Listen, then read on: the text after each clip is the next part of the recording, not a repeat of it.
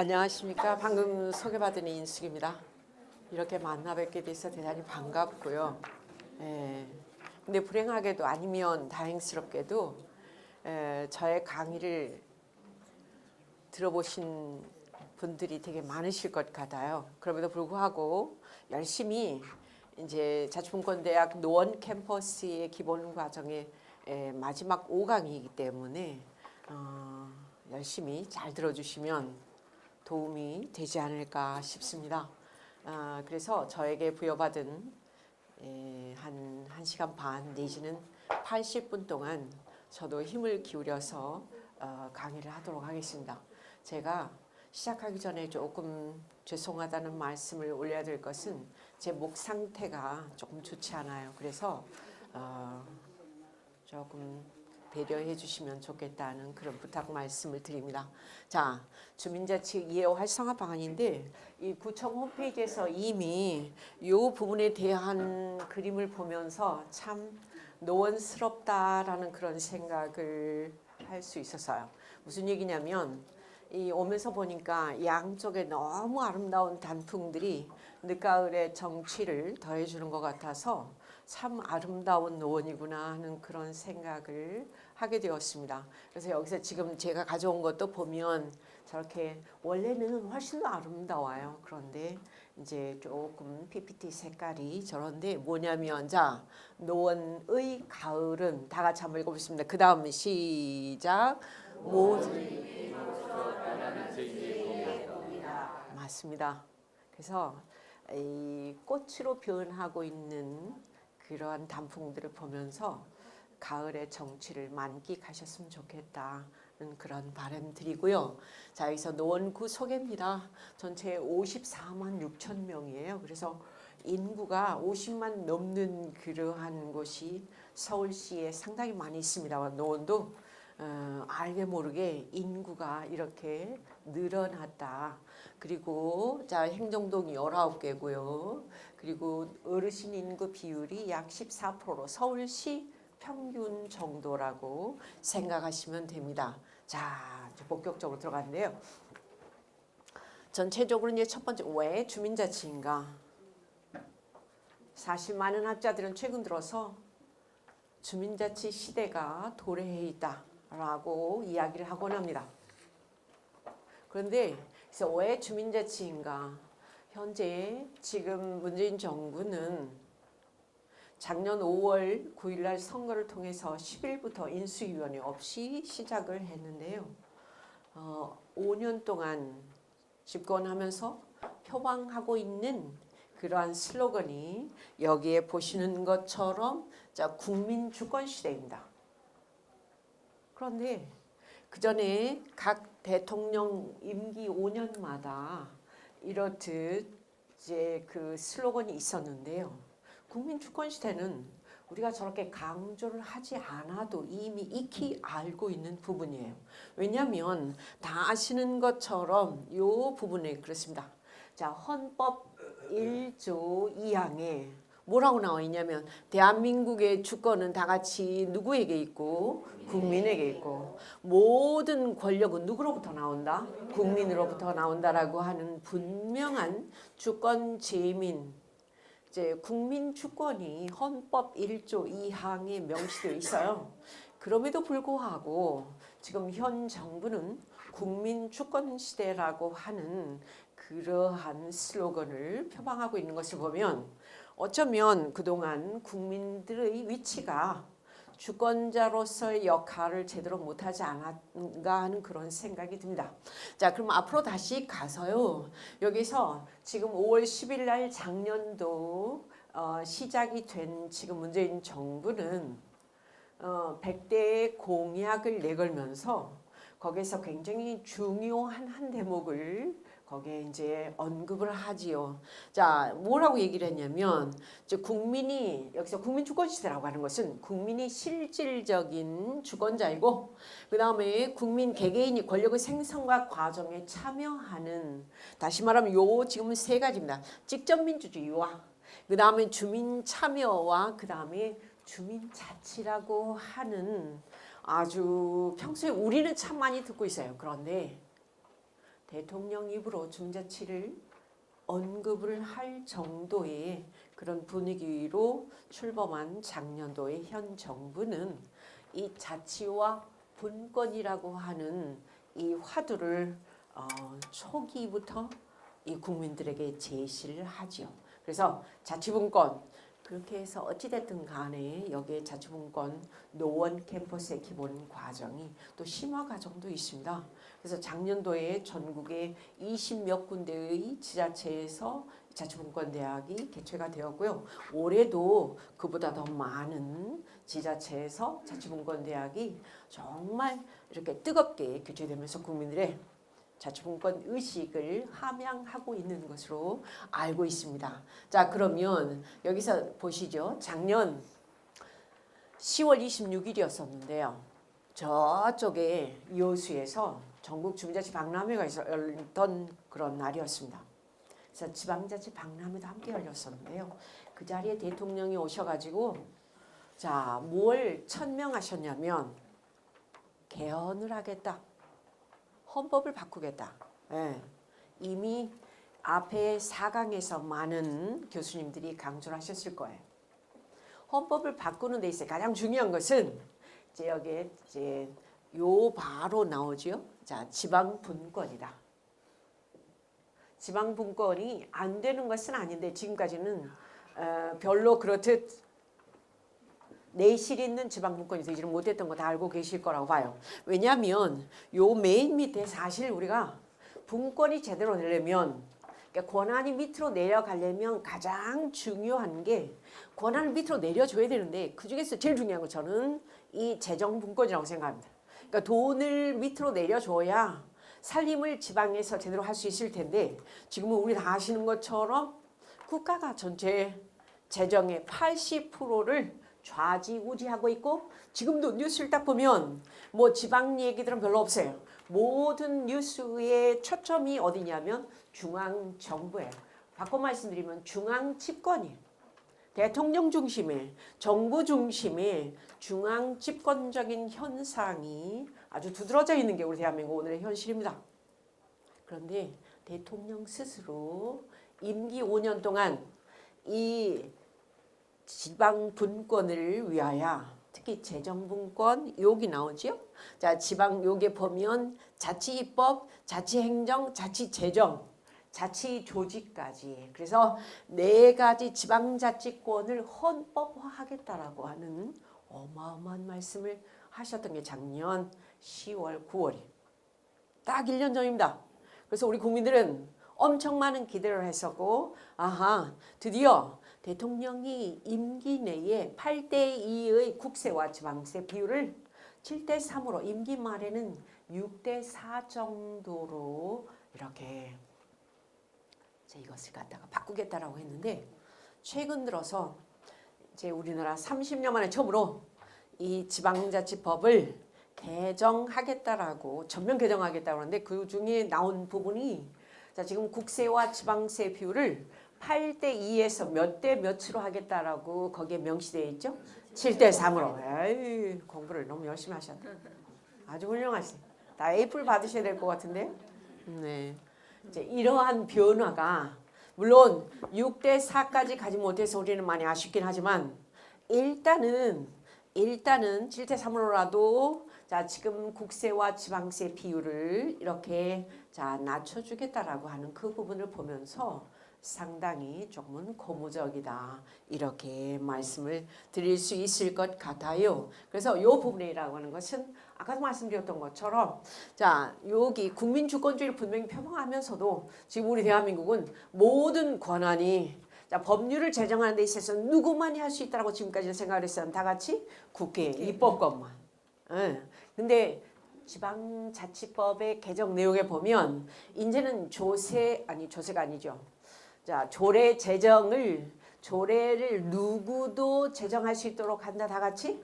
자, 주민들도 그래서 상당히 많은 그런 변화가 이제 전개될 것으로 보여지고요. 그래서 요게 지금 보시는 것처럼 주민과 국민에게 속하는 그러한 입법권을 마치 자, 우리가 대의민주주의에서 국회의원들만 국회에서 입법을 하는 것처럼 되어 있는데 이제는 그것이 아니라 즉 이 주민들도 조례 제정을 청원할 수 있는 그런 권한을 지방자치법에다가 이렇게 명시하겠다라고 하는 것은 그래도 제가 볼 때에 이렇듯 이 자치분권대학이 전국에서 곳곳에 캠퍼스를 통하여 개정이 되면서 많은 교수님들이 자 목소리를 내다 보니까 그러한 변화가 일어난 것 아닌가 해서 대단히 조금은 바람직하다 이렇게 말씀을 드리고 싶어요. 그래서 결국은 권력의 어떠한 그 주인은 어떻게 보면 자 지금 그 국회의원들만 아니면 단체장들만이 그런 권력의 주권자가 아니라 여기 앉아 계시는 이 국민 개개인, 주민 개개인이 자 주권자로서의 역할을 하실 수 있을 때 우리 대한민국의 민주주의는 조금 발전할 수 있다 이런 말씀 드리고 싶고요. 바로 이 부분입니다. 지난 5년간의 지자체의 재정 자립도 현황이 나와 있는데 여기서 보면 조금 제가 일부러 이것은 크게 잘 안 만들었어요. 왜냐하면 방금 오다가도 이렇게 택시 기사님하고 나눈 얘기도 있지만은 우리 강북은 상당히 열악합니다. 근데 서울시 평균이 저게 보시는 것처럼 2018년도에 요 맨 위에 있죠. 약 한 80.6%예요. 재정 자립도가. 그런데 우리 노원은 이렇게 보면 10몇 %인데 상당히 조금 서운하시죠. 그죠? 근데 세원이 그러니까 세금을 많이 낼 만한 그러한 기업도 없고 그다음에 어떠한 산업도 없고 산업체도 없고 그런 부분에 상당히 열악하다 넘어가셔도 될 것 같아요. 저런 건 모르셔도 됩니다. 그래야 잠이 잘 오죠. 예. 그리고 이제 대한민국은 민주공화국이라 있어서 사실 우리 대한민국이 해방 이후에 지금 어떻게 보면 지금 제 지난 45년에 이렇게 해방이 된 다음에 지금을 이렇게 돌이켜 보면 정확하게 한 73년인가요, 그죠? 73년 정말 엄청 빠른 속도로 달려오긴 했는데 그동안 놓친 부분이 참 많아요. 헌법 제1조 1항에 대한민국 민주공화국이라고 그러는데 민주주의에 대해서는 어느 정도 사람들이 다양성을 원칙으로 각자의 뚜두두두로 이런 부분에서 다 이해를 하고 있어요. 그런데 공화국이라고 하는 부분에 대해서는 상당히 우리가 놓치고 있습니다. 사실 개인보다는 그 다음에 공공의 이익을 위해서 공공성을 더 존중하면서 공공성이 더 원칙으로 자리매김을 해야 되는 그게 바로 이제 공화국인데요. 그런 부분에 대한 교육이 별로 되질 않기 때문에 해방 이후에 엄청 빠른 속도로 경제 발전이라고 하는 경제 대국이라는 그 부분에만 우리가 신경을 썼지 사실은 우리가 공공성을 더 우선으로 해야 되는 그런 부분은 많이 놓치고 지내왔다 이렇게 생각하면서 사실은 여기서 공화국이라고 하는 것은 아까도 말씀드렸던 것처럼 공적인 것에다가 우선을 두고 개인의 어떠한 그런 주장도 배려받아야 되지만 공공성이 더 우선적으로 배려받아야 되는 공화국의 기본 개념을 우리가 많이 망각하고 지난 해방 이후를 살아와서 자 지금쯤에는 우리가 이 부분에 대해서 고민을 좀 해봐야 되지 않는가. 자, 가끔 많은 학자들은 얘기합니다. 아까도 말씀드렸던 것처럼 2018년은 사실 따지고 보면 지금 그 어느 때보다도 많은 격변기에 전환기에 놓여있다. 우리 대한민국이. 지금까지는 자, 요게 보시는 것처럼 이제 국가 중심의 민주주의가 아주 본격적으로 진행이 되어서 작년까지 그래서 국가가 제일주의였어요. 그래서 국가가 아까 공화국이라고 말은 그랬지만 국가가 중앙정부가 얘기를 하면 그 부분에 대해서는 무조건 들어줘야만 됐었고 획일적으로 그다음에 일괄적으로 추진되는 그런 경향성이 많았었어요. 그런데 오늘날 보면 2018년 11월 살아가고 있는 오늘을 보면 요게 지금 보시는 것처럼 자 주권자가 주민이라고 하는 거 지금까지 주권자가 주민이라고 하는 그런 생각들은 거의 해본 적이 별로 없습니다. 선거 투표하러 가면서 투표장에서 내가 주권 행사를 하러 간다 그런 하루뿐이었지 사실 그날 지나고 나면 우리는 주권자임을 잊게 돼요. 근데 이런 부분 그 다음에 여기에서 이제 국가를 주민이라는 단어가 엄청 많이 등장하고 있습니다. 2018년은 아까도 말씀드렸던 것처럼 아래로부터의 주민 주권 네. 그 다음 나아가서 자 여기에서 지금 보시면 이 정부와 시민사회와 그 다음에 주민과의 협치라는 단어도 많이 회자되고 있고요. 그 다음에 네트워킹이라는 단어가 요즘처럼 연계 이런 단어가 요즘처럼 많이 강조된 때도 없었습니다. 그래서 지금 최근의 대한민국 사회는 엄청난 변화의 과정 중에 있다. 그래서 이 주민자치가 하나의 시대적인 사명으로 역사적인 대명제로 등장하고 있는데 여러 가지의 자 지금 변수들 때문에 이것은 너무 막연하다 이렇게 얘기를 하고 있습니다. 가장 대표적으로 1인당 우리나라 국민소득이 2006년에 이미 2만 불을 이렇게 진입을 했어요. 그때만 하더라도 한 5, 6년 지나면 3만 불 시대에 우리가 도입할 것으로 진입할 것으로 알았습니다.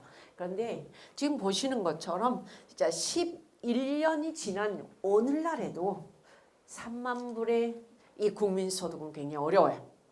그리고 실질적으로 체감하는 이 국민소득은 더 낮을 수 있습니다. 요즘에 자영업자들 살겠다고 그래요? 아니면 못 살겠다고 그래요? 못 살겠다고. 실물 경제 지표가 너무 악화되어 있습니다. 그래서 상당히 위기의 대한민국이다 라고 많은 학자들이 지금 예고를 하고 있고요. 그 다음에 여기 지금 보시는 것처럼 국가 경쟁력을 따져봤을 때도 지난 4년 동안 우리나라의 국가 경쟁력은 답보 상태입니다. 세계적으로 26위에서 올스톱 상태예요. 여기서 다른 나라들은 스프링을 팍팍 하고 올라가는 우리나라는 그렇지 못합니다. 일본 같은 나라는 일본의 경우는 경제가 지금 너무 잘 돌아가서 외국으로부터 노동력을 수입하기 위해서 난리고요. 유럽도 마찬가지입니다. 미국도 마찬가지입니다. 근데 우리나라만 지금 어려워 한숨을 토해내고 있는 그러한 실정이죠. 이 돌파구를 우리가 어떻게 극복을 해야 될 것인지에 대해서는 정말 많은 고민들이 이제 행해지고 있는데 거기에서 정답이 나오고 있다 안 나오고 있다 다 같이 안 나오고 있고 못 나오고 있는 그런 실정입니다. 그래서 저기 보시는 것처럼 요즘에 초미세먼지라든지 그 다음에 자살률이라 특히 노인 자살률 그리고 40, 50대 남성들의 자살률 등등 여러 가지 것을 따져보면 우리 사회를 굉장히 암울하게 만드는 지표들이 너무 많죠. 그다음 너무나 빨리 변해버리기 때문에 젊은 사람들과 나이 든 사람들 사이에서의 세대 차도 그렇고요. 젊은 사람들 요즘에 취업도 안 되고요. 여러 가지 것들이 우리 삶의 만족도를 저하시키고 있는 요인으로 작용하고 있습니다. 그래서 여기 지금 보시죠. 세계 경제는 3%가 넘어야 그래도 활황이다라고 얘기를 하는데 우리 대한민국은 여기서 지금 보시는 것처럼 거의 2%대입니다. 지금 KDI 상구개발원에서 우리나라의 경제 성장률 올해 3% 잡았다 2.8% 갔다 2.7% 아마 연말쯤 되면 2.6%로 또 떨어질 것 같아요. 상당히 어려운 실정입니다. 그 다음에 수출을 보더라도 IT 분야를 빼면 또 이 제조업 쪽에서는 아주 어려운 실정에 미국과 그 다음 또 이런 나라에서 무역 마찰로 뭐 참 들리는 소리마다 불편한 그런 내용들이죠. 자, 그 다음 여기 보시죠. 청년 실업률. 네.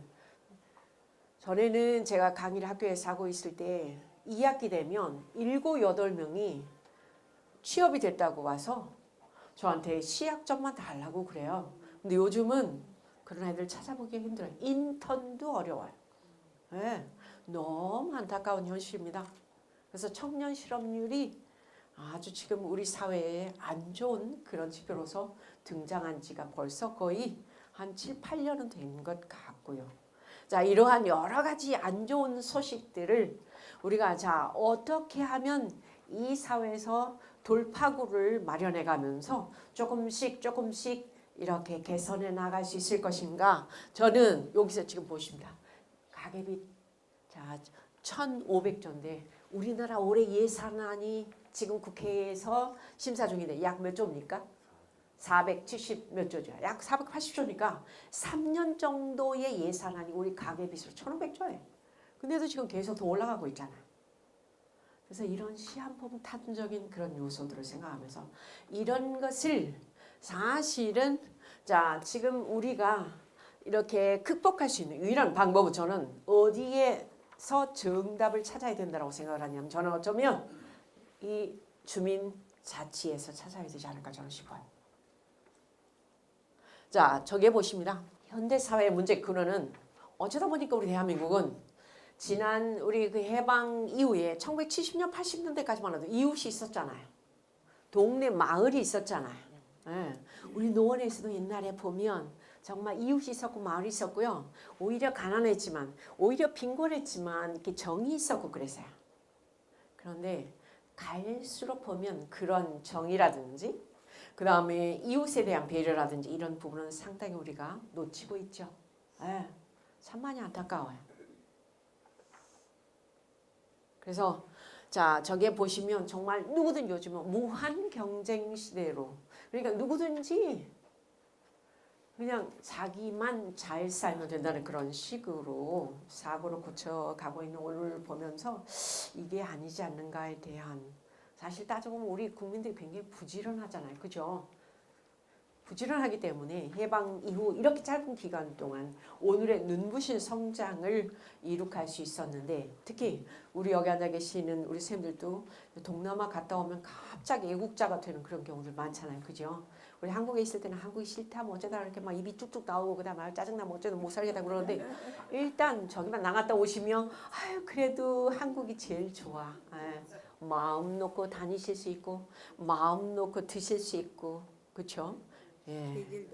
계절도 좋고 뭐 진짜 우리나라처럼 복받은 나라가 없다는 그런 생각을 많이 하실 것 같은데요.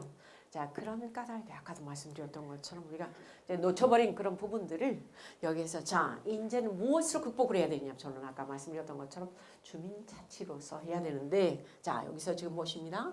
그래서 미증유라고 하는 것은 아마 거의 처음 들어보실 거예요. 그러니까 지금까지 한 번도 겪어보지 않은 그러한 정말 새로운 것을 미증유라고 그래요. 미증유. 예. 2018년 우리가 11월 살아가면서 지금까지 대한민국은 한 번도 겪어보지 않은 정말 엄청난 변화를 지금 이렇게 겪고 있습니다.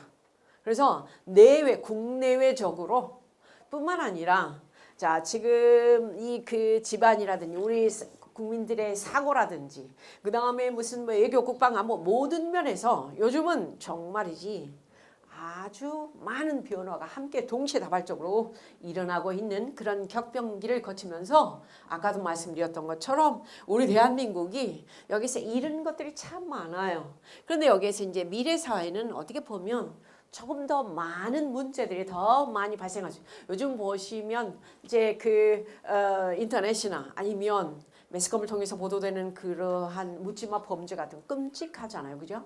자, 앞으로 그러한 범죄들이 더 많이 나올 수밖에 없는 그런 우리의 미래상을 보면서 이거는 아니지 않은가에 대한 고민을 해보게 되고요. 자, 그렇다면 여기서 이제 본론으로 들어가서 이제 주민자치 시대라고 했는데 주민자치 맨 처음 출발이 어디서 시작이 되냐면 여기에 보시는 것처럼 로마 고대의 로마 그다음에 아테네가 있었던 그런 그리스에서 제일 먼저 주민자치가 시작이 되죠. 주민자치는 주민 스스로 지역의 문제에 대해서 관심을 가지고 그 다음에 주인의식을 가지면서 거기서 결정할 수 있어야 돼요. 참여하고 결정하지 않으면 사실 주민자치라고 할 수가 없어요. 자치라고 하는 것은 스스로 주인이 돼서 그러니까 스스로 주인이 돼서 지역의 문제에 대해서 관심을 가지고 그 다음에 그 문제에 대해서 자 해결하려고 그 다음 더 나아가서 결정할 수 있을 때까지 요게 이제 주민자치라고 한다면 고대 아테네에서는 지금부터 뭐 5,000년 전인데 이미 그때도 주민자치가 있었던 거예요. 무슨 얘기냐? 고대 아테네는 인구가 약 한 10,000명 조금 밑돌았다. 한 9,000, 8,000, 10,000명. 그런데 거기에서는 헌법이라든지 법률이라든지 그런 게 없어요. 그 8,000명이 함께 일주일에 한 번씩 5,000명 정도가 모여. 근데 5,000명이 모이려면 이 8,000명, 10,000명 중에서 자, 지금 뭐랄까 민회라고 하는 아고라에서 모이는 민회라고 하는 그 장소에 이 투표를 할 수 있는 그런 사람들을 거기에서 추첨을 하죠. 추첨을 해서 갈 수 있다 없다. 이것을 결정하는 사람들이 여기에서 이제 10,000명 중에서 500인 여기 나오잖아요. 500인 평의회가 있어요. 그럼 마치 지역에서의 직능단체, 주민자치위원회 이런 분들이겠죠. 이런 분들이 거기에 들어가서 자 이번에 10,000명 중에서는 몇 분이 들어갈 수 있도록 하고 거기에서 이번에 다뤄질 안건은 이런 것들이고 저런 것들이고 그런 것들이고 이것을 결정을 하고 그 다음에 지난번에 결정 났던 이 부분에 대해서 이렇게 저렇게 그렇게 됐다는 것을 거기서 다 이렇게 공표를 해주고 하는 그러한 그 뭐랄까요 이 그 총회가 있었는데 그게 바로 방금 말씀드린 민회라고 하는 거예요. 요게 지금 이 민회가 정말 이 그리스 아테네에서는 가장 중요한 주민자치 기본 정말 효시였었다. 최초였었다. 그러면 거기에서는 어떤 것을 주민총회에서 얘기를 하냐면 여기 나왔어요. 요게 지금 보시는 것처럼 공공질서 유지, 그 다음에 재정이 참 중요해요. 재정, 그 다음 외교, 국방, 그 다음에 여기에서 지금 과세가 나옵니다. 과세. 그 다음 또 여기에 보시면 도편 추방. 그래서 역적 일을 했어요. 누가 고자질했다든지 우리 중요한 정보를 우리 여기서 민회에서 결정된 사항을 다른 저쪽 로마나 다른 도시국가들에 가가지고 그걸 고자질했다든지 그러면 그 사람은 거기에서 응징을 당하는 그런 도평, 심지어 추방까지 시켰어요. 그런 것을 자, 한 사람이 결정하지 않아요. 어디에서 결정하냐면 다 같이 민회라고 하는 데서 5-6천 명이 모이는 데서 얼마만큼 사람들이 지혜로웠었냐면 거기에서는 마이크가 없었어요. 그렇기 때문에 이 아고라라고 하는 광장인데 한 가운데서 사람들이 이렇게 발표를 하면 거기 6,000명, 5,000명이 다 마이크 없이 그 발표 내용을 들을 수 있는 정말 과학성을 이용을 해가지고 거기에서 회의가 진행이 됐다고 하는데 그걸 진행하는 의장은 그러니까 민회의 의장은 한 사람이 오랫동안 독점하면 그게 이제 권력층이 부패할 수 있다 그래서 매주 1년에 한 50번 정도 40번 정도 개최가 되는데 매주 자 의장을 교체했대잖아요. 그것도 얼마나 정말 민주적이에요.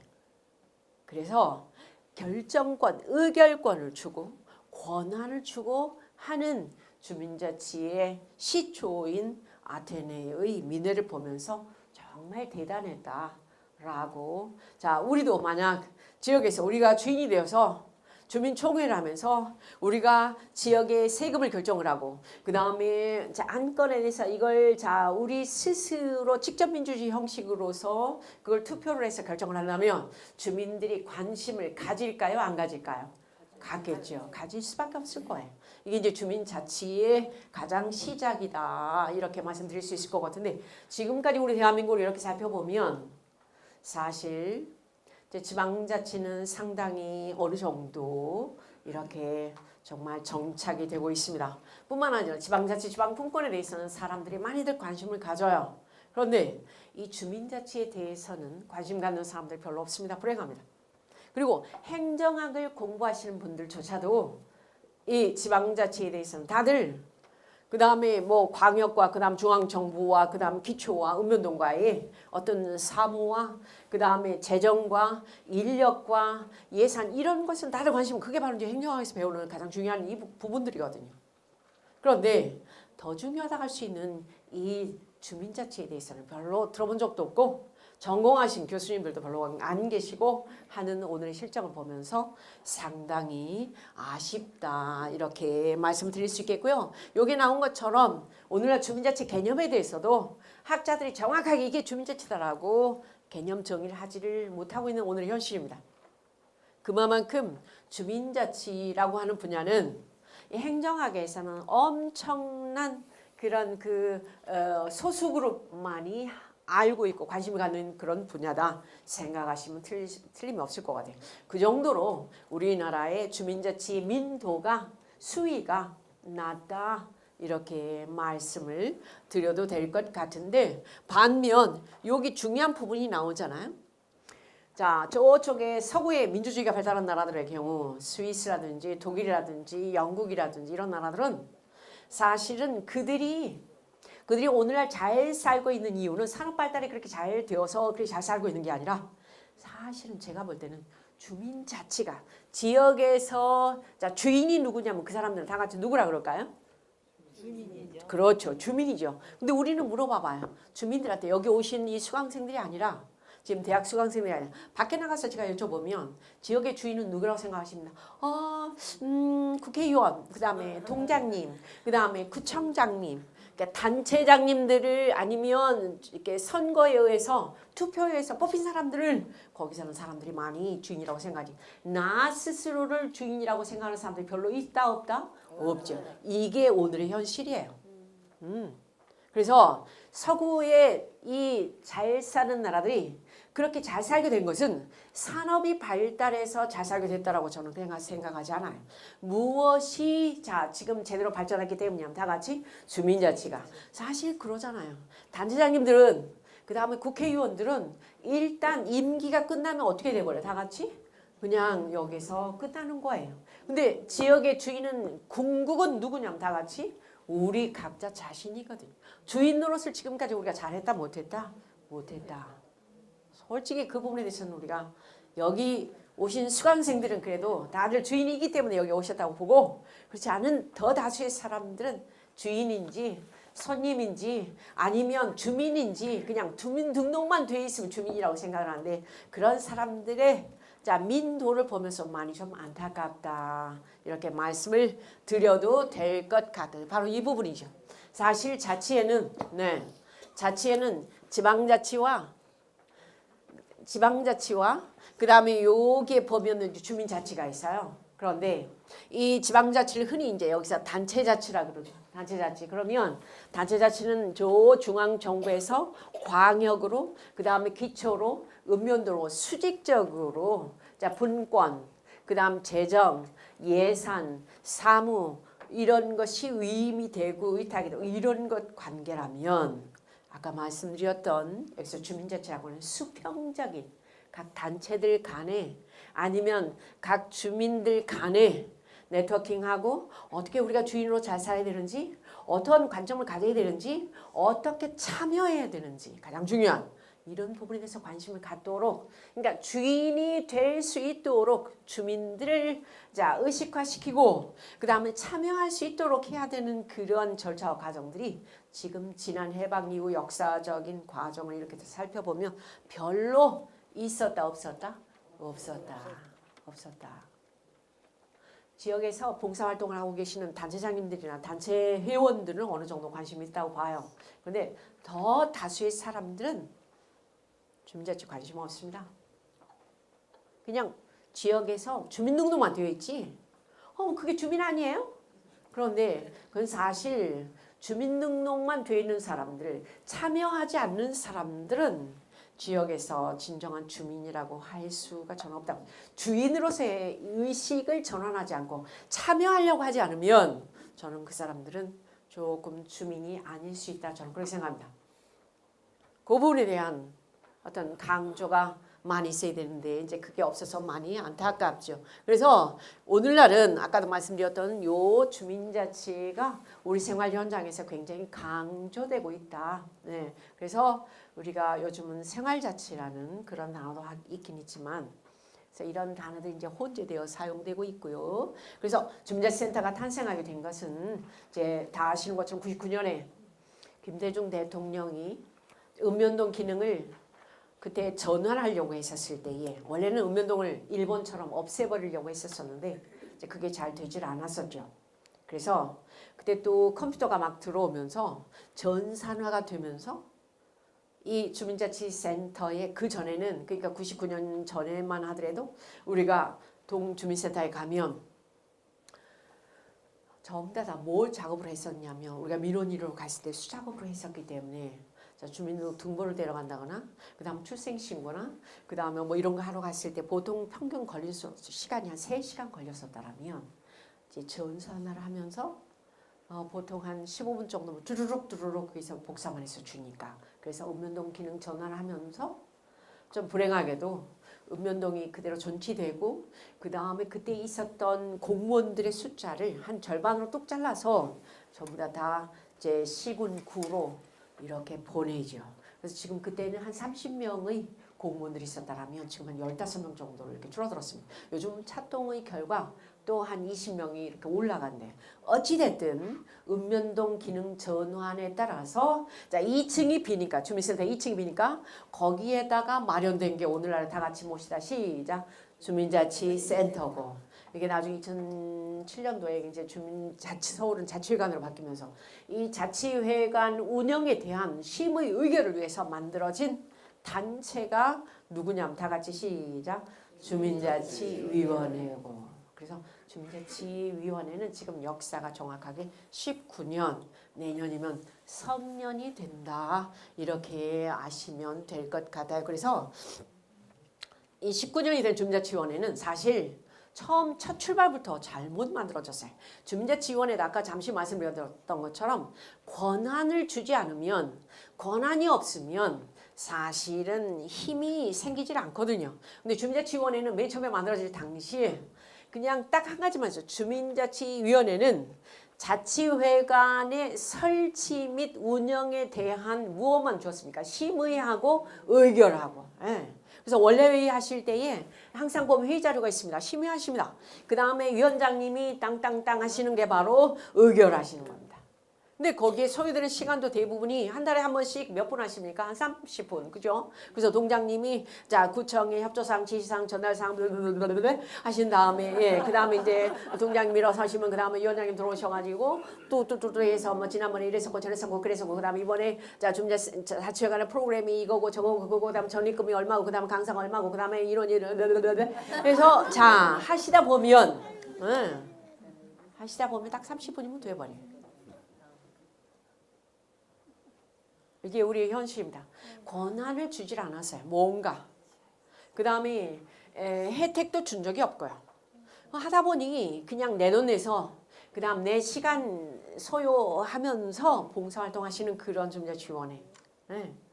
너무너무 안타깝죠. 자, 해서 사실은 주민자치위원회는 아까도 말씀드렸던 것처럼 권한도 있고 혜택도 있고 그다음 지역에서의 어떤 그런 뭐랄까요 명실공히 주민 대표기관으로서 우뚝 설 수 있는 뭔가의 어떤 법 체제적인 정비가 마련되어 있어야 되는데 그게 되지 않았었기 때문에 처음부터 상당히 어렵게 그리고 오늘날까지도 존치되고 있는 그런 상황이다. 그런데 자 사실 그러다 보니까 처음에 만들어진 주민자치위원회는 그냥 각 단체장님들이 다 함께 오시다 보니 정체성도 없었고요. 뭘 해야 되는지도 몰랐었고요. 하다 보니 자 뭐 가끔씩 1년에 역량 강화 한 번씩 교육하셨었고 그 다음에 평가는 다들 담당들이 다 했었고 뭐 이렇게 자 지금 19년을 지내왔어요. 자 그러다 보니 자 주민자치위원님들이 가는 가장 큰 애로사항은 뭐냐면 주민자치를 어떻게 해야 될지를 모르겠다. 주민자치가 무엇인지도 모르겠고 그냥 맨날 뭐 원래 왜 가긴 가지만 그래서 이제는 시대가 아까 미증유의 시대다. 그래서 격변기를 겪으면서 나도 공부를 좀 해야 되겠는데 어떻게 해야 될지를 모르겠다. 그런 갈증 때문에 이런 교육이 있으시면 오시는 위원님들이 참 많으세요. 근데 그 내용들도 거의 되풀이되니까 아 똑같은 교육 또 한다. 지겹다. 라고 또 말씀하시고요. 그래서 상당히 어떻게 보면 뭐라 그럴까요? 이런 어려운 상황에 처해 있다. 그래서 요게 보면 맨 위에서 두 번째 줄이죠. 주민자치위원으로서 역량이 부족하고 전체 위원님들 중에서 약 한 36%가 활동에 있어서 지식이 없어서 어려움이 있다. 그러니까 무엇을 어떻게 해야 될지에 대해서 잘 모르겠다라고 생각을 하고 계시고요. 그래서 이 부분에 대한 지식이나 내용을 손에다 쥐어드려도 사실 모든 답은 어디가 있냐. 아무리 알아도 잘 실천하지 않으면 몰라. 어디에 자 주민자치 정답이 있냐면 현장에 있거든요. 그렇죠? 그래서 현장에 가서 보면 이런저런 여러 변수들이 있고요. 그래서 현장에 답이 있는데 주민자치위원님들은 무엇을 어떻게 해야 될지에 대해서 고민을 지금 많이 하고 계시더라. 그래서 이제 저희 학교도 그렇고 주민자치위원에 대한 역량 강화 교육을 많이 해야 되겠다는 그런 생각인데 어찌 됐든 자 그렇습니다. 그래서 저런 그리고 주민자치가 가장 어려운 부분은 맨 밑에 제가 파란 글씨로 써놨어요. 주민자치를 무엇으로 이용하는 그런 분들이 가끔 있더라. 다 같이 정치적으로요. 그래서 임기가 끝나면 이렇게 되고 저렇게 되고 그렇게 되고 그 다음 또 동장님도 조금 잘 하려고 하다 보면은 이제 뭔가 조금 사업이 다 되는데 이제 동장님 새로 오셔가지고 일 만들지 마세요. 하시지 마세요. 라고 자꾸만 이렇게 그 겁박하는 그런 경우도 있고 그래서 갈등도 있고 그 다음에 위원장님하고 동장님하고 안 맞아서 또 힘들어지는 그런 경우도 있고 그 다음에 위원장님이 어떻게 돼 있어 그만두게 되면 또 휘청하는 그런 경우도 있고 그 다음에 또 단체장님도 그렇고 또 국회의원도 그렇고 너무 변수가 많은 게 주민자치인 것 같아요. 그래서 정치적으로 자꾸만 이걸 이용하려고 하고 그 다음에 거기에서 휘둘려져 버리는 우리 주민자치를 보면서 상당히 안타깝다 이렇게 말씀을 드려도 틀린 말은 절대 아닐 거거든요. 동의하시죠? 네. 그래서 그러니까 결국은 뭐냐면 우리 지역에서 주인으로서 우리 스스로 잘 하고 있지 못하기 때문에 자꾸만 옆에서 그 사람들이 주인인 것처럼 할 때 우리는 권력면에서 약간 약세이니까 힘이 없으니까 거기에 무릎을 꿇어버리는 그런 게 아닌가 하는 그런 생각이 드는 거예요. 참 안타깝죠. 자 넘어가서 여기 보면 정말이지 주민자치 현주소는 보면 저게 김찬동 교수님이 지적한 바처럼 상당히 정말 어려움을 겪고 있는 오늘의 현실입니다. 넘어가지요. 예. 그래서 사실 따지고 보면 일본에서는 읍면동이 없어요. 읍면동이 없고 그 다음에 주민자치위원회라고 하는 것이 거기에서는 이제 협의회가 있고요. 예.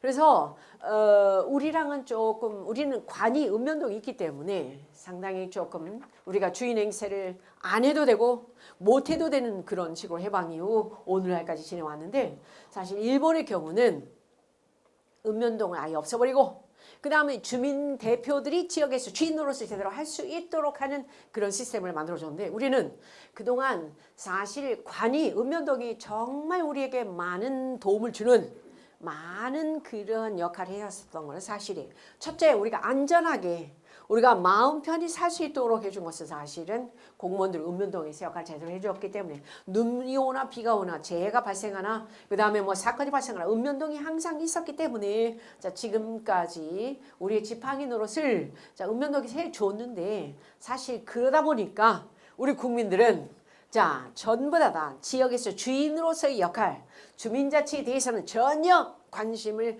갖지 않아도 되는 그래서 우리는 먹고 사는 것에만 신경 쓰면 되는 그런 우리 지난 세월이 있다 보니까 이제 오늘에 이르렀다 이렇게 말씀드려도 될 것 같아요. 맞지요? 네. 그렇다고 해서 우리가 읍면동 없애자 이게 보다도 이제는 우리가 주인 행세를 하지 않으면 안 되겠다. 네. 우리가 자치의 주인으로서의 역할을 참여하지 않으면 안 돼요. 오늘처럼 여기 교육에 오신 분들이 자 많아져야 되는데 사실 더 많은 사람들은 전혀 관심을 갖지 않는 오늘의 현실을 보면서 자 안타깝다 이렇게 되고요. 그래서 일본에 넘어가고 어떻게 보면 주민자치는 여기서 가장 중요한 게 저는 이제 참여라고 생각합니다.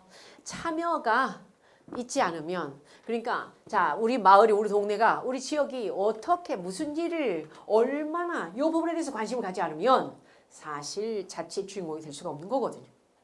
근데 더 많은 사람들은 참여에 대해서 관심을 갖지 않아요. 아까도 말씀드린 것처럼 참여를 별로 그렇게 중요하게 생각하지 않는 많은 주민들을 보면서 참 안타깝다. 예. 사실 그리고 제가 주민자치에 대해서 주민자치에 대해서 오랫동안 이렇게 그 공부도 하고 또 교육도 하고 그러지만 어떻게 하면 주민들을 참여시킬 수 있을 것인가에 대해서는 아무리 고민을 해도 답이 잘 안 나와요. 안 나와요. 네. 오히려 참여 안 하는 사람이 더 잘 사는 걸? 역으로 생각하면 그죠? 그 사람들이 더 잘 먹고 잘 사는 걸? 네. 그랬을 때 우리는 굉장히 좀 씁쓸해지죠. 네. 보시면서. 자, 이 참여가 활발하게 된다라면 정말 지역이 살고 공동체가 활성화되고 그러면서 거기에서 역량이 그냥 수직으로 상승할 텐데 이제 그렇지를 못하고 있다. 그래서 자, 여기서 지금 보면 주민자치 실태 및 문제점으로 들어가서 이 부분은 아마 다른 교수님들이 상당히 많이 이렇게 말씀해 주셨죠. 아니셨습니까? 다시 한번. 지금 현재 주민자치 회로의 전환에 대해서는 우리 여기 오신 수강생 학우님들 학습자님들 다 알고 계시지 않나요? 네. 알고 계시죠? 그래서 이 부분은 그냥 살짝 건너뛰어도 되지 않을까 싶습니다. 이제 정부에서 주민자치위원회를 무엇으로 만들려고 그래 다 같이 주민자치회로 전환하려고 하고 우리 서울시의 경우도 서울형 주민자치회로의 전환을 지금 아주 활발하게 역동적으로 추진 중에 있는 것으로 알고 있습니다. 물론 그 과정에서는 많은 그런 갈등과 그 다음에 문제점도 지적이 되고 있지만 그것은 하나의 과도기적인 현상이라고 보고 지금 이 정부와 행안부와 그 다음에 서울시의 주민자치회로의 전환 이 과정은 그냥 이렇게 생략을 하도록 할 것 같고요. 그래서 학자들의 경우는 서울형 주민자치에 대해서 많은 지적을 하고 있습니다. 그래 보신 바처럼 이제 진정한 주민자치회에 주민이 주인이어야 되는데 관이 주민으로서 아니 주민을 대체하고 있다. 그다음 동지원관도 마찬가지다. 뭐 등등등 지적을 하고 이제 넘어가고요. 그래서 가장 중요한 주민자치가 제대로 되려면 중요한 원칙이 하나 있는데 지원은 하되 간섭은 하지 말아라. 그러니까 무슨 얘기냐면 아이를 양육할 때 보면 부모가 뒤따라다니면 따라다닐수록 아이가 자발성으로 그다음 자율적으로 크냐 하면 그렇지를 못하더라. 그래서 자 주민들이 비록 넘어지고 꼬꾸라지고 그 다음에 거기 상처 입고 할지라도 지원은 하되 간섭을 하지 마라. 그게 자치적으로 주민들이 성장할 수 있는 가장 기본인데 지금 현재 서울시는 자꾸만 이 간섭도 하고 지원도 하고 그렇게 해서 주민을 약간 좀 어렵게 하지 않느냐라고 학자들이 이야기를 하고 있으니까 그래서 최근 들어서는 행안부에서 아마 2019년 내년도입니다. 내년도는 주민자치회가 어떤 방식으로 이렇게 나가냐면 이제 혁신읍면동에서 저게 보시는 것처럼 주민자치형 공공 서비스라는 이름으로 이제 전국적으로 진행이 될 텐데요. 이 말도 너무 어려워. 주민자치형까지는 이해가 돼요. 그렇죠? 그런데 공공 서비스 그것은 좀 설명이 많이 필요해야 될 거거든요. 일단 행안부에서 재정적인 지원을 할 수 없어요. 왜냐하면 예산이 다 깎였기 때문에. 예.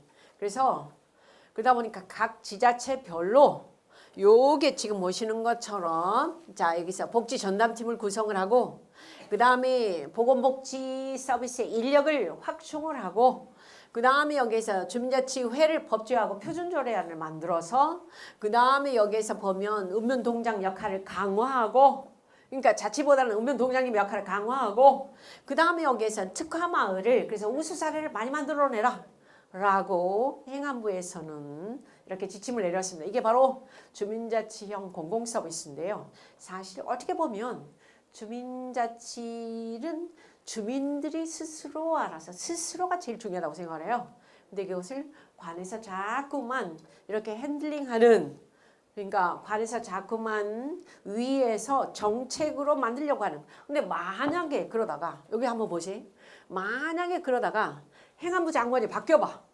그러면 또 어떻게 되죠? 또 바뀌어요. 바로 그거예요. 이게 우리가 정치적으로 주민자치를 이렇게 이용한다. 아까 말씀드렸는데 그 부분이 너무나 안타까운 거예요. 그렇다고 지금의 행안부 장관이 계속 할 수 있느냐 임기 말까지. 그건 또 아니거든. 그런 부분 보면서 참 유구무원이다. 저도 이렇게 말씀드리고 싶어요. 아무튼 지금 현재 전국적으로 또 정권 초기니까 이 주민자치형 공공서비스에 대해서 굉장히 적극적으로 이 단체장들이 앞장서는 그런 분들도 많이 계십니다. 그래서 저 세종시나 수원시나 또 어디가 있을까요? 또 당진시도 마찬가지죠. 뭐 몇 개의 자 단체들은 또 제주도, 그 다음에 또 강원도 몇 군데에서는 상당히 발빠른 움직임을 보이고 있는 것으로 알고 있는데요. 아무튼 그렇게 지금 변화 중이다. 그래서 변화가 너무 빨리 되기 때문에 정신을 차릴 수가 없을 정도다. 이렇게 생각하시면 될 것 같아요. 결국은 뭐냐면 왜 주민자치인가 했을 때에 저는 그렇게 생각해요. 아까도 말씀드렸던 것처럼 요게 보시는 자 지역이 살아남는 길, 우리 서울시가 25개 자치구 중에서 우리 노원을 이렇게 생각해 보자고요. 그러면 재정 자립도가 서울시 평균이 80점인데 우리는 10몇 점밖에 안 돼. 그렇다고 우리가 여기서 자포자기하고 있을 것인가? 이건 안 되잖아요. 여기에서 누가 정신을 차리고 누가 지역에서 주인. 자, 지금까지는 자 2018년 11월까지는 정부가 중앙이 모든 것을 좌지우지했다라면, 그래서 우리 지방이 지역이 우리의 자 노원이 힘들었었다라면 이제부터는 우리가 지역에서 주인 노릇을 해야 되겠다. 네. 그럼 결국 여기서 제가 뭐라고 얘기를 했냐면 자 지금 지역이 살아남는 길은 주민화다. 주민화만도 안 돼. 그러니까 주민이라고 하는 것은 뭐냐면 여기서 지금 보시죠. 개인자치를 한 80점 줬어요. 무슨 얘기냐? 우리 대한민국의 각 개인들은 5,100만인데요. 정말 이제 개인의 성공을 위해서, 개인의 출세를 위해서, 개인의 영달을 위해서는 정말 물불을 가리지를 않아요. 내 성공을 위해서는 정말 이제 열심히 허리띠 졸라매면서 하루 24시간도 부족하다. 그래서 막 많은 사람들 좀 시간을 선물해달라고 이렇게 얘기도 하잖아요. 그것도 부족해. 이렇게 부지런한 근면한 그런 국민성을 가진 이 세계적인 국민이 없어요. 우리 대한민국 국민밖에. 이 백성들이 정말 부지런해. 그런데 개인 자치는 다 그렇다 100점을 줄 수 있어요. 최소한 80점이에요. 최소한. 그런데 문제는 그 부지런한 개인들이 마을로, 동네로, 지역으로 나온다, 안 나온다? 안 나온다. 바로 이 부분이에요. 나의 성공을 위해서, 개인의 성공, 출세를 위해서는 진짜로 열심히 하고 그 다음에 물불을 가리지 않는데 그 개인들이 궁극은 자 지금 아파트 문을 열고 대문을 열고 자 어디로 나왔냐? 마을로 나와야 되거든요. 동네로 나와야 돼. 우리 지역으로 노원으로 나와야 돼. 54만이. 그런데 실질적으로 뭐 한다 그러면 뭐 행사나 축제할 때 보면 유명한 가수나 나오나 뭐 남진이 오나 전부 다그 발짝 끼고 와서 구경하는데 그 사람 구경하는 사람들은요 바람 불면 날아가는 이 밀가루 먼지와 같은 존재들이에요. 그냥 이렇게 주민등록만 돼 있는 사람들이지 그 사람들이 주인으로서 주민은 저는 아니라고 봅니다.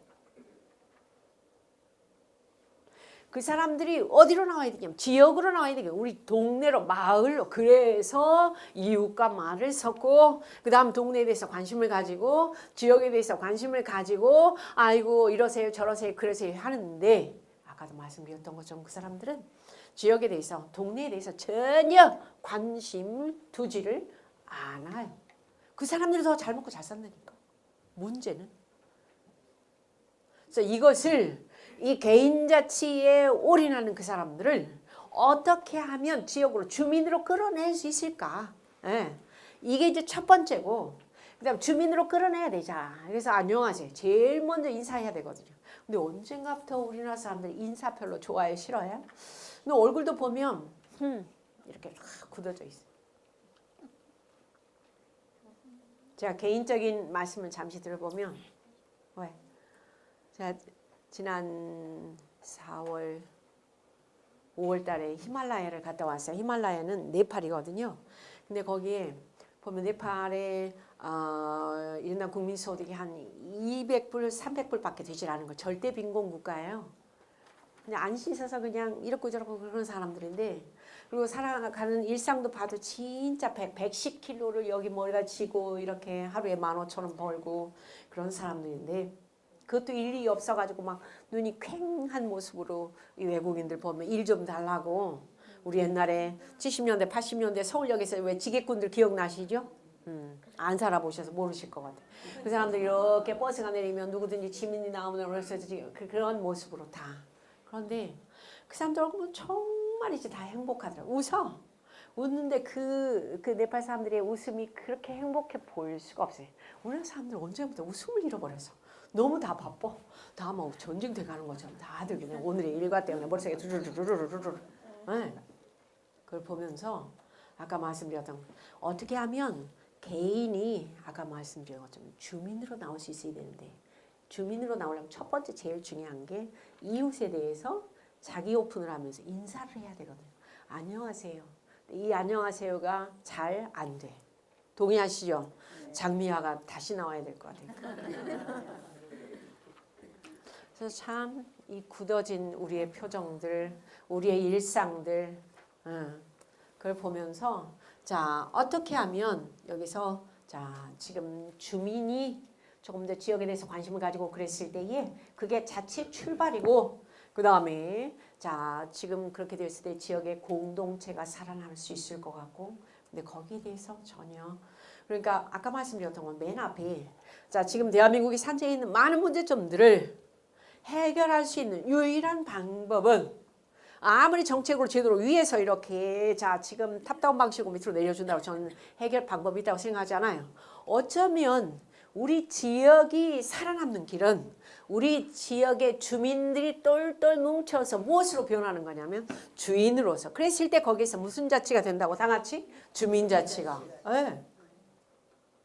근데 그 부분을 우리가 많이 놓치고 있다. 저는 이렇게 생각을 하고 있어. 그래서 결국은 이 주민자치라고 하는 것은 지역의 많은 그러한 개인들을 어디로 이렇게 바로 끌어내냐면 지역으로, 동네로, 마을로. 그렇게 했을 때에 거기에서 이제 주민이 무엇으로 되냐면 이제 주인으로 변화가 되는 거예요. 변신이 되는 거예요. 지금은 주민들이 54만 노원 구민들이 그냥 주민등록만 되어 있는 사람들이지 주민이 주인으로서의 의식을 가지고 그 다음에 눈을 뜨고 관심을 가지고 그런 사람 별로 드물다. 이 부분을 우리가 어떻게 하면 해결할 수 있을 것인가. 이게 바로 저는 주민자치 첫 출발이다 이렇게 생각합니다. 그렇게 되었을 때 우리 노원 구민 54만은 우리 주민이 자 54만 주민들이 이제 관심을 가지고 주인으로서 그렇게 됨으로써 거기서 똘똘 뭉쳐서 우리가 누가 오더라도 휘둘리지 않고 그다음 누가 뭐라고 하더라도 우리의 기본을 잃지 않는 그러한 상황이 딱 접해졌을 때에 이제 우리가 정말 잘 살 수 있는 그러한 공동체를 만들 수 있는데 지금까지는 어떻게 보면 그런 부분을 우리는 전혀 관심을 갖지 못했었고 그 다음에 관에다가 전부 다 이렇게 이양을 하고 있었다. 열중시하고 있었다. 인제라도 더 늦지 않게 자 여기서 스스로 자치할 수 있도록 자 우리가 여기서 자 함께 노력을 그렇게 되었을 때는 아까 개인자치가 자 동네자치가 지역자치 마을자치 그 다음에 이제 거기서 주민자치가 되면서 그 다음에 거기서 중요하게 생각이 되는 것은 공공성을 지금까지 나 개인보다는 우리 노원구의 발전을 우리 동네의 발전을 더 먼저 생각하는 그런 주민자치의 주인이 될 수 있다. 저는 그렇게 생각을 하고요. 결국 여기서 어떻게 하면 여기서 개인이 이렇게 주민으로 그 다음에 주인으로 이렇게 변화될 수 있을 것인가 고민을 그래서 결국은 이제 지역 리더는 여기 앉아 계시는 오늘 이제 마지막 강의를 수강하고 계시는 이 수강생 우리 선생님들은 지역에 가셔가지고 자치분권 리더들이니까 나는 어떻게 하면 더 많은 사람들을 자 지금 동네로 마을로 지역으로 끌어내는데 일조할 수 있을 것인가 그 고민을 하셔야 돼요. 네. 이 부분이 굉장히 중요하죠. 지금까지는 관이 자 개입을 하셨다라면 이제는 우리가 자치의 주인공으로서 그렇게 자 바꿔 나가야 될 것이다. 저는 이렇게 생각을 해보고요. 그래서 결국은 요 맨 밑에 나옵니다. 우리 동네에 관심을 갖는 주민, 그 다음에 적극적으로 참여하는 주민, 유능한 주민. 결국은 요 밑에 다 같이 못이 아닌 주인, 시작. 손님이 아닌 주인이에요. 네. 무슨 얘기냐? 주민등록만 돼 있다가 그냥 이사가면 끝나버리는 그런 사람들 우리가 여기서 손님이라고 해요. 그 사람들은 바람 불면 밀가루처럼 모래처럼 아니면 먼지처럼 다 휘직 날아가 버려요. 그러한 주민이 아니라 손님이 아니라 지역의 문제에 대해서 변화에 대해서 그 다음에 발전에 대해서 관심을 가지고 이웃에 대해서 특히 그러면서 마을 일에 참여하는 그러한 사람들이 되었을 때 진정 주민자치는 눈부시게 발전할 수 있을 것이고 우리가 그렇게 주인이 되었을 때 주인의식을 가졌을 때 아무리 누가 와서 뭐라고 할지라도 장관 아니라 국회의원 아니라 누가 와서 뭐라고 할지라도 우리는 변함이 없어요. 우리 뿌리는 바로 주인으로서 거기에서 뿌리를 내리고 있기 때문에 그렇다고 봅니다. 그 부분에 대해서 우리가 신경을 써주시고요. 자 보면 제가 항상 갖고 다니는 거예요. 살아가면서 사실은 사람이 제일 중요하더라. 이 부분은 우리 선생님들 다 아실 거라고 보는데 자 라디오에서 따라하시는 게 나옵니다. 그랬더니 거기에서 굿모닝이라고 하니까 할아버지께서 그걸 잘 모르시겠는 거예요. 손자야 굿모닝 뜻이 무엇이냐 그랬더니 할아버지 아침 인사는 굉장히 좋은 말이에요. 그러니까 거기서 할아버지께서 그래 아침 인사라 좋은 말. 그래서 이제 내가 그럼 오랜만에 집에 가서 할머니한테 한번 아는 척 좀 해봐야지. 그래가지고 여기에서 이제 집에 갔습니다. 할멈 하고 불러서요. 할멈이 거기서 뭐라고 그러냐면 왜 그러시오? 그러니까 거기서 굿모닝 했어요. 굿모닝. 그랬더니 할머니께서 굿모닝? 답변이 굿모닝? 굿모닝.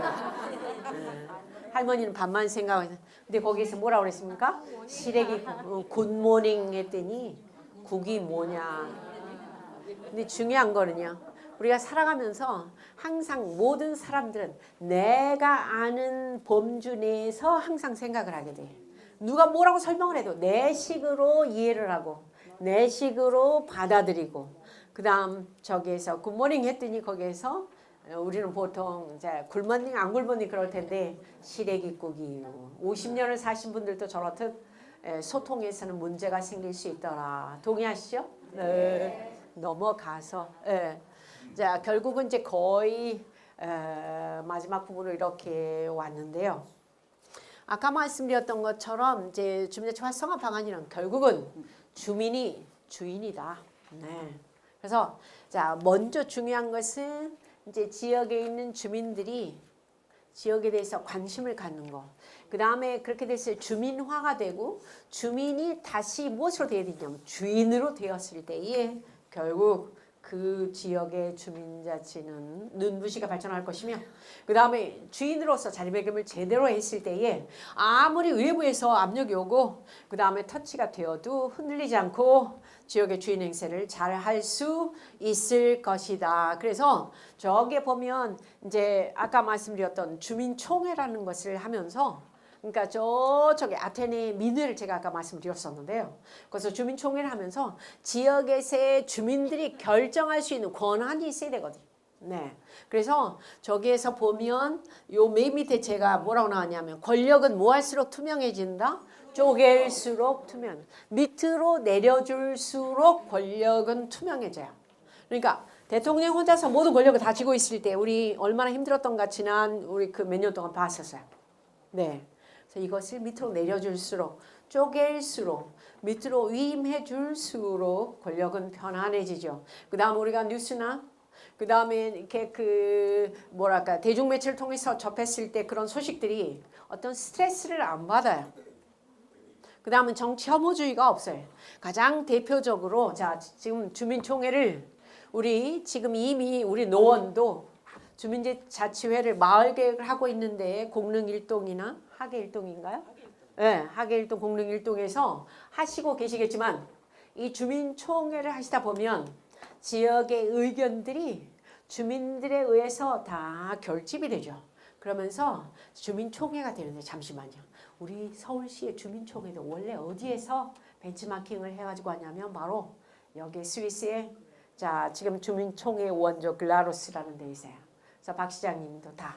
네, 근데 여기에서는 벌써 주민총회의 역사가 한 300년 됐습니다. 근데 거기에는 옛날에는 이렇게 이런 데서 지금 주민총회가 이루어졌는데요.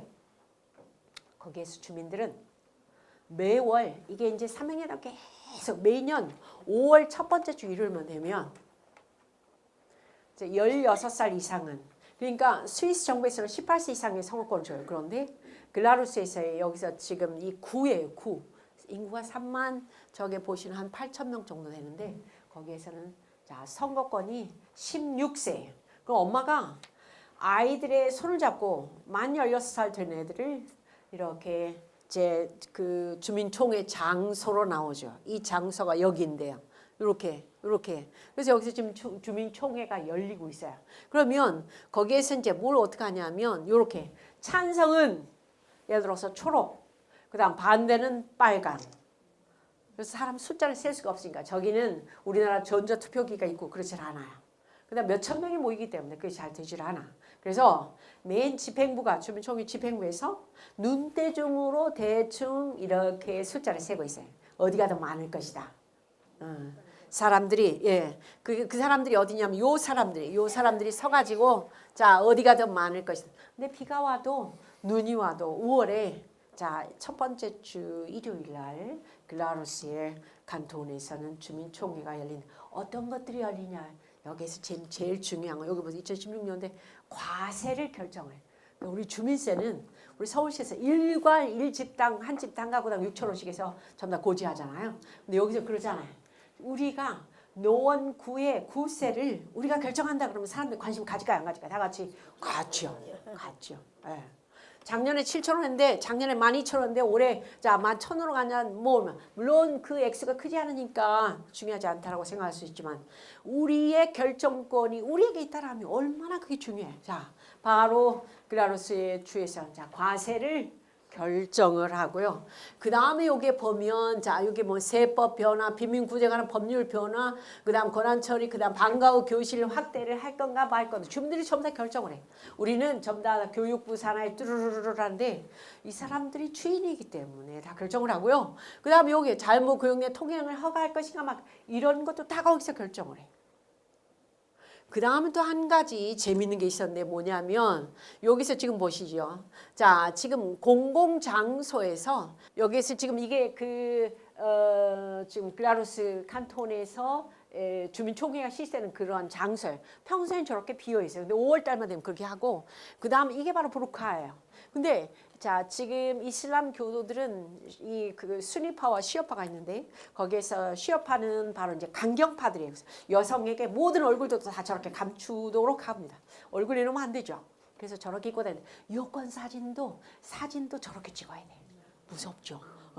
무서워요. 그리고 치마도 길게 입고 다니면서 어떻게 보면 그 문화에 대해서 모르면 좀 겁도 나고 그러죠. 근데 저거를 스위스 정부에서 프랑스 정부에서 길거리에 저렇게 공공장소에 브로카를 입고 나오면 벌금형을 입게 한 남편도 입게 한 아버지도 입게 한 오빠도 벌금을 내도록 돼 있어요. 약 한 40만 원 정도 내도록 하는데 이 지금 글라루스에서는 뭐라고 했냐면 여기서 지금 방금 전에 우리는 자 여기서 지금 보시죠. 스위스 전체 26개국 가는데 2013년도에서 자 부르카 착용을 금지를 했는데 스위스에서 했는데 우리는 괜찮다 관광지니까 사람들이 저거 문화가 다를 따름이지 우리 자 부르카 입고 얼마든지 와라. 그래서 부르카 착용 금지를 반대하지요. 이 주민총회에서 그렇게 결정을 해. 그러니까 놀라운 거죠. 그죠? 그 정도의 권한을 주민총회에 주니까 사람들이 관심을 안 가질 수가 없더라. 이게 바로 글라루스 칸톤이. 우리나라도 예를 들어서 노원구에서 뭐 이게 몇 개 동이 뭐 주민총회를 하는데 우리 동에서는 뭐 동비를 걷겠다 뭐 어쩌겠다 충분히 그런 권한을 내려준다면 동이 조금 더 주민이 조금 더 잘 살 수 있고 그 다음에 공동체가 더 활성화될 수 있는 가능성이 없지는 않을 것 같다. 근데 아직까지는 그 길이 멀리만 있다. 이해되시죠? 네.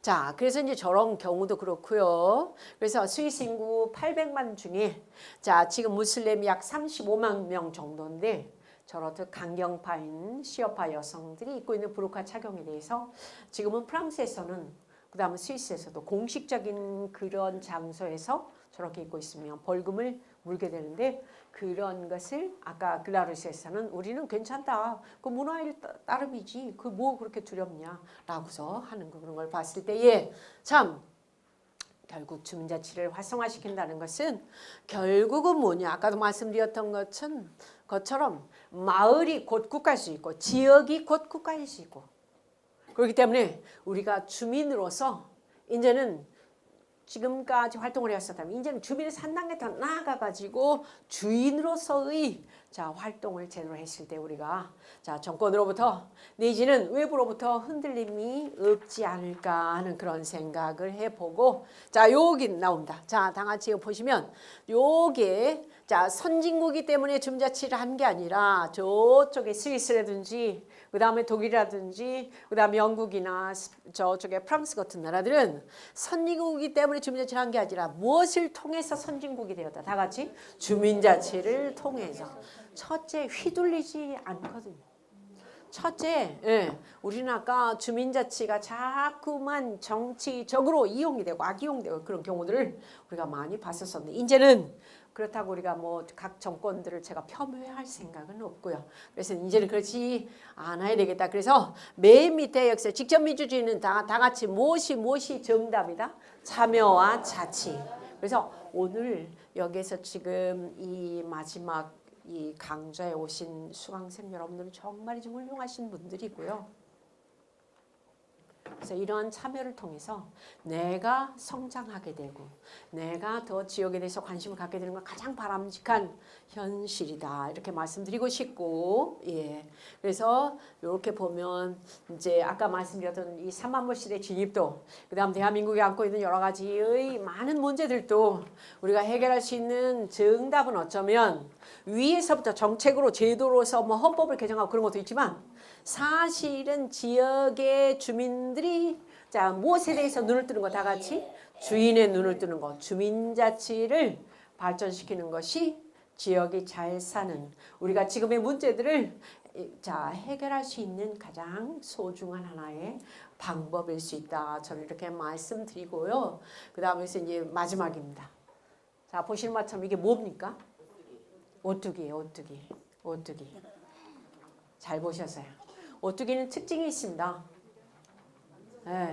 안 넘어져요. 훌륭하세요. 안 넘어져요.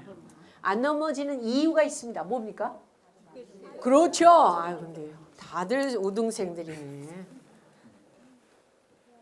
아 참 놀랍습니다. 다들 저거 뭐 눈사람이라고 그러시는데 진짜 놀랍습니다. 자 보시는 바처럼 이 오뚜기의 특징은 무게중심이 제일 밑에 있기 때문에 넘어지지 않아요. 바로 노원 54만 명 주민들의 자 지금 모든 무게중심이 어디에 내려와라. 다 같이 밑으로 내려와라. 밑으로 아래로. 그렇게 된다면 아까 말씀드렸던 것처럼 지역에 주인의 눈을 뜨게 된다면 주민으로서의 어떠한 의식을 함양할 수 있다면 그래서 주민들은 흔들림 없어요. 그래서 아무리 외부의 힘이 작용할지라도 이 한가운데서 무게중심을 우리 주민들이 잡고 있으면 주인으로서의 눈을 뚝 뜨고 있으면 자 우리 노원의 내일은 분명 힘차고 활기찰 것이다에 대해서 저는 분명합니다. 만약에 요 윗부분이 정말 비대해졌다면 또 윗부분이 자 무게중심 다 가 있다면 오뚜기는 넘어질 가능성이 있죠. 그래서 우리 지난 몇 년 동안 다 봤습니다. 그래서 이 부분에 대해서 우리가 신경을 써보자. 그래서 우리가 주민자치의 주인공이 되었으면 좋겠다. 이 부분 말씀드리고 싶고 마지막입니다. 자 안창호 선생이 항상 하셨던 말씀이에요.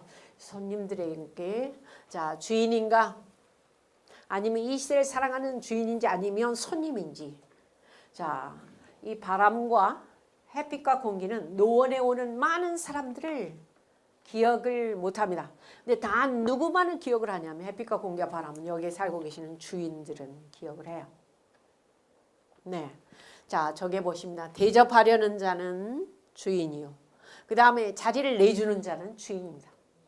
손님은 그냥 스쳐 지나갈 따름이에요. 우리가 그 많은 외국을 다녀왔지만 다 우리는 손님으로서 갔기 때문에 기억밖에 없어요.